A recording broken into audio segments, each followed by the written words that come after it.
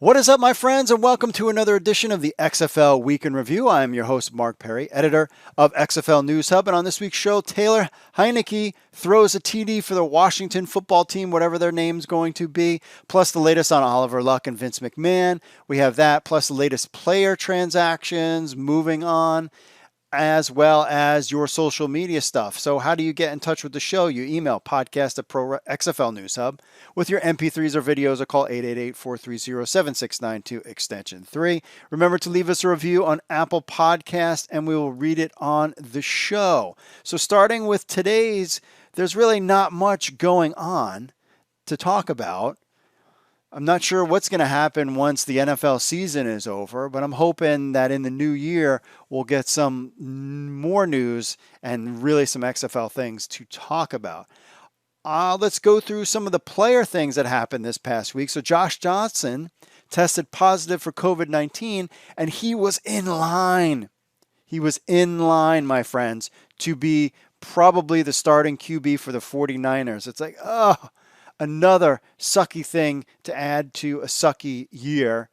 Josh Johnson wound up not playing for the 49ers. He was on their practice squad. They were using him as a backup. A bunch of people got injured, so he did not play because he tested positive for you know what. It sucks. That would have been so awesome to have him out there on the field this week. And other player news, Pittsburgh Steelers moved Dallas Renegades Tigre Scales to their active roster, so now he's no longer part of the practice squad. Congratulations to him. The Colts signed Houston Roughnecks punter Austin Renko to the practice squad. Another XFLer special teams guy gets this nod. There's only a week left in the season. Cleveland Browns moved Seattle Dragons tackle Michael Dunn to their active roster, so congratulations to him as well. And I think being these active roster moves could help potentially them get signed for next year. I mean, they're on the active roster. It's one thing to be on the active roster versus just the practice squad. Also, the Detroit Lions signed DC Defenders center John Toth to their practice squad, bolstering up their offensive line with their one game left in the season. One thing that we wanted to talk about and go over, and sometimes we didn't do this and we should every week, is check out the XFL player stats for week 16 in the NFL. I'm always curious. I don't know about you guys, but I'm curious to see how our guys did. Mike Mitchell is the best. He puts out the list of who's active, who's inactive. But let's run down, of course, the big news this week. Taylor Heinecke was active and came in the fourth quarter. And was 12 of 19 for 137 yards and a touchdown in Washington's 20-13 loss against the Carolina Panthers. It looks like if Alex Smith can't go, Heinicke will be the starter for Sunday night's must-win game against the Philadelphia Eagles. According to Adam Schefter, Ron Rivera said Heinicke will play Sunday's division-deciding game against the Eagles if Alex Smith cannot. Of course, we got heard just before we recorded this that Dwayne Haskins got cut. Now we're working on a story about maybe how he would fit in the XFL. And really, to me, Dwayne Haskins needs the XFL to resurrect his career because we've had some busts.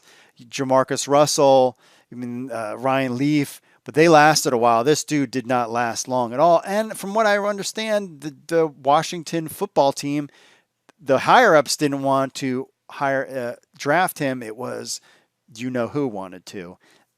And we'll just leave that there for you to germinate on. P.J. Walker, Kenny Robinson, and Colin Thompson, they were all active this week. And the Panthers beat, of course, the Washington football team 2013. So that would have been crazy. Could you imagine if P.J. Walker got out there on the field with Taylor Heinecke? Donald Parham and Storm Norton, they were active for the Los Angeles Chargers. Parham, Hunter Henry, whatever his name is, the tight end for the Chargers, he was out. So Parham was active. He had 3 targets with 2 catches for 47 yards in the 19-16 win over the Denver Broncos. And Storm Norton played some right tackle from what I saw. Hunter Niswander, of the punter for the Cowboys, the DC Defenders, he had 4 punts for a 44.5 yard average, and he had one for 46 yards. The Cowboys beat the Eagles 37-17. Elijah Campbell, he was active but put up no stats in the Jets' 23-16 win over the Cleveland Browns. Trevor Lawrence is now the property most likely of the Jacksonville Jaguars. Jets already have a quarterback, and I don't think he's that bad. I think their coach is just... Michael Dunn, offensive guard for the Cleveland Browns, he was active in their loss to the New York Jets. He played for the Dragons. Edmund Robinson, Atlanta Falcons, he was part of the Houston Roughnecks. He was active, got 2 tackles. The Falcons lost to the Kansas City Chiefs 17-14. Taylor Russolino, big story of last week. He was moved back to the practice squad. He was not cut. Matthew Wright, he played for the Pittsburgh Steelers, Tampa Bay Vipers. He tried out. He wasn't their main kicker, but he was there, got drafted, something like that. So he's sort of an XFL guy. He was moved to the active roster for this game. He was 4 for 4 in the extra points. The Steelers, thank you very much, beat the Indianapolis Colts 28-24. This is good because it helps your boy Mark's Baltimore Ravens. So I was rooting with the Steelers with my wife, who is a Steelers fan, and I am a Ravens fan. We do get along. People with different interests can get along in this world. You politic people. And so I was rooting for the Steelers too. And hey, I'm glad. Tigre Scales, he was active but didn't put up any stats either. That's what's going on the player side of things this past week. And it's fun to just see how these guys are doing. No huge thing from any of these players, but they're still available, and they're picking XFL players up still as we wind down the season in the NFL. On a side note, talking about Oliver Luck, what's going on with Oliver Luck and Vincent Kennedy McMahon. The judge orders Oliver Luck to give over McMahon's lawyers his phone passcode. There's been this whole thing about Vince McMahon as part of this litigation that goes on, this $20+ million thing, that Oliver Luck didn't want to give his passcode over to Vince McMahon, but Vince McMahon wanted the passcode to see what's on the phone because it wasn't used for work purposes, blah, blah, blah. You know the deal there. So that's where that stands. It is not resolved yet, but we just kind of want to give you a little update on that. That's pretty much it for the XFL news. So we're going to take a little commercial break. We'll check in with the XFL Markcast, and then we'll get to your social media stuff right after this. Stay tuned, my friends.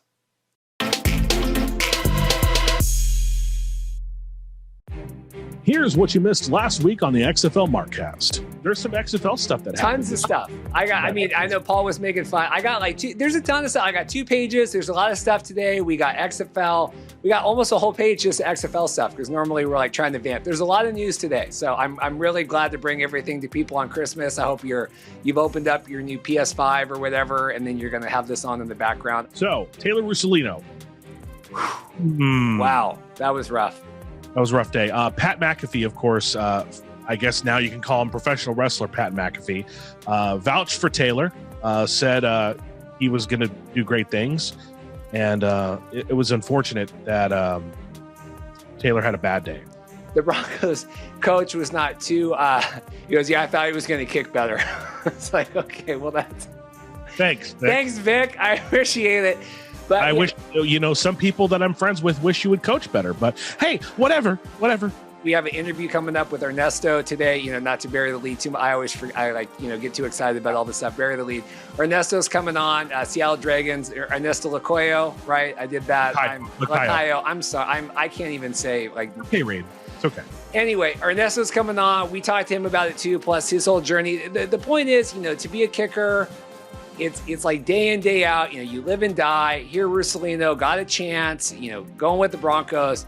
And I was driving home from a gig, and all I could see in the online chat was oh, he really shanked it. And I was like, oh no. It's unfortunate to see that, but it happens in this profession a lot, and it can happen to anybody. But you want to make sure, when your time comes, you make the best of your opportunity. And good or bad, you want to make sure that whatever happens, you continue to learn and grow from those experiences. To quote Duke Nukem, I'm here to drink Mountain Dew and talk about XFL. Yes, you are. And I'm all out of Mountain Dew. And you're all out of stuff on the Google Doc to talk about. For so today. we're moving on. Of course, you can find XFL Markcast on XFL News Hub and wherever you get podcasts, including YouTube.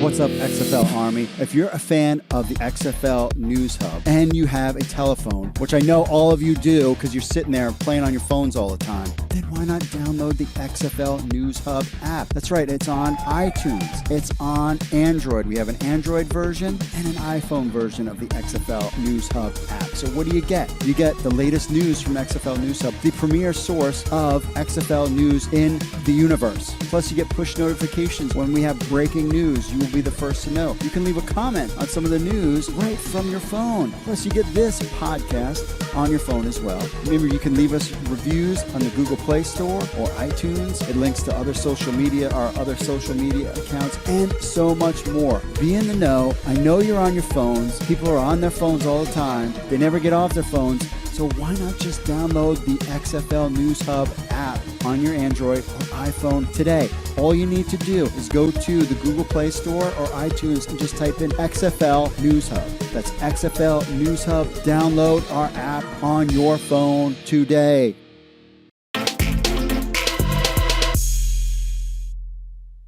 All right, we are back, and let's get to your social media stuff. First up, let's hit the YouTubes. We got Crispin, a.k.a. Khan, says, hope the XFL can make a comeback in 2022. Me too. Paladin Demo said we'll probably get more from Jordan either during the offseason, during training camp, or the start of next season, talking about Jordan Ta'amu. XFL Fanatic, I like your name, says we shall see. Personally, I wish him the best for him, but seeing him once again, Battlehawk would be awesome. How about Taylor Heinecke, though? Why not have, I mean, he looked good in that game, and there's a chance that he could play this Sunday, which I would be totally excited to see. I also it would be interesting, who's better? I mean, he played and played well, and now he knows Ron Rivera, and he knows the offensive coordinator, and knows the system. That's why he's there. Wouldn't that be an interesting competition for the Battlehawks? But yeah, I'm rooting for Taylor, no doubt about it. Jack checking in always, says nice, thank you very much. Sports Company Pick says XFL got to come back in 2022. I agree with that. I know, man, a lot of us love the XFL Fanatic. Alien Cowboy, XFL is going to come back as sports entertainment. If it isn't already, it's not going to be, talking about with The Rock buying it. It's not going to be sports entertainment, my friend. I don't know what you're talking about, bro. Not going to be sports entertainment. I'll just leave it at that. On to the Twitters. Football_Keenan talking about the whole Luck McMahon deal. Never conduct any personal business on company hardware. Assume all activity is monitored. If you decide to sue your former employee, the first thing HR will do is ask IT for your emails and phone records so they can have the ammo to embarrass you with in court. The mo you know. Keenan is right on that point. I never thought that would be this big kind of issue, that was a thing. And Mickey Wind, friend of the show, Torrey Butler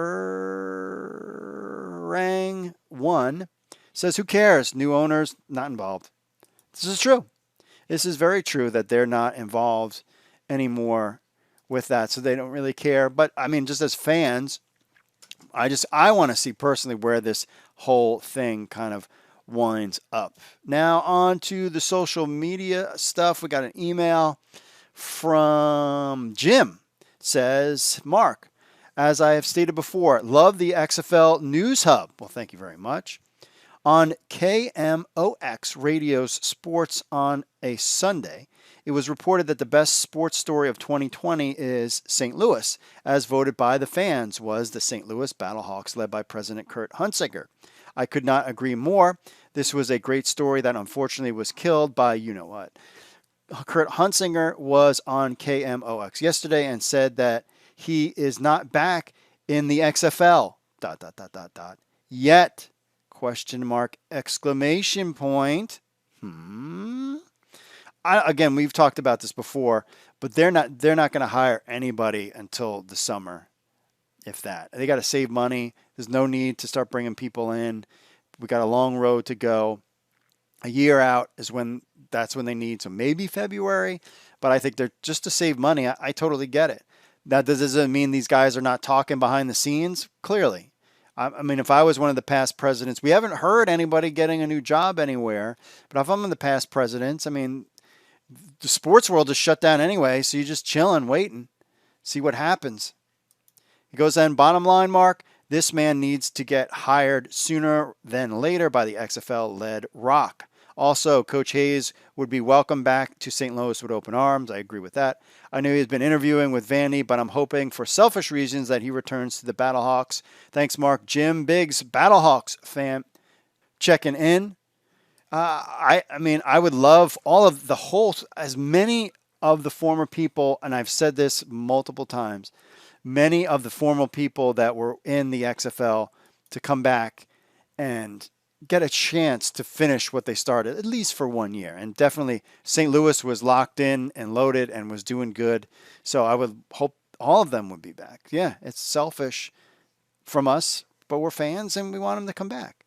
So anyway, that's it for this week's show. Remember, if you want to be part of the show, email podcast@XFL News Hub with your MP3s or videos, or call 888-430-7692 extension 3. And please leave us a review on Apple Podcasts. We'll read it on the show. Download our app. Leave us, follow us anywhere on the whole social media stuff. XFLnewshub.com/XFL-podcast for show notes on this episode. And of course, join us on our Discord. And I just have to say this, I just realized it now. Thanks for listening. Mahalo. God bless. Stay safe out there. Wear a mask.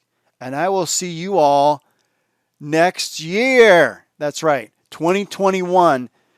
It was like this tease. 2020 was just, we all know. Just take it, wrap it up in a ball, throw it out. 2021 is coming on strong. We at XFL News Hub are ready to rock and roll. This is the last episode of this crappy year of 2020. Now we can start talking. We can get in game. NFL season is coming to a close. CFL, we're going to cover the CFL because a lot of the XFL guys are over there as well. There's been signings and stuff. Again, I don't want to start reporting on that stuff until that whole situation starts to get closer in training camps and that kind of thing. So that's it for me, and I will see you all next year. Take care. Later. I gotta end with later. Later.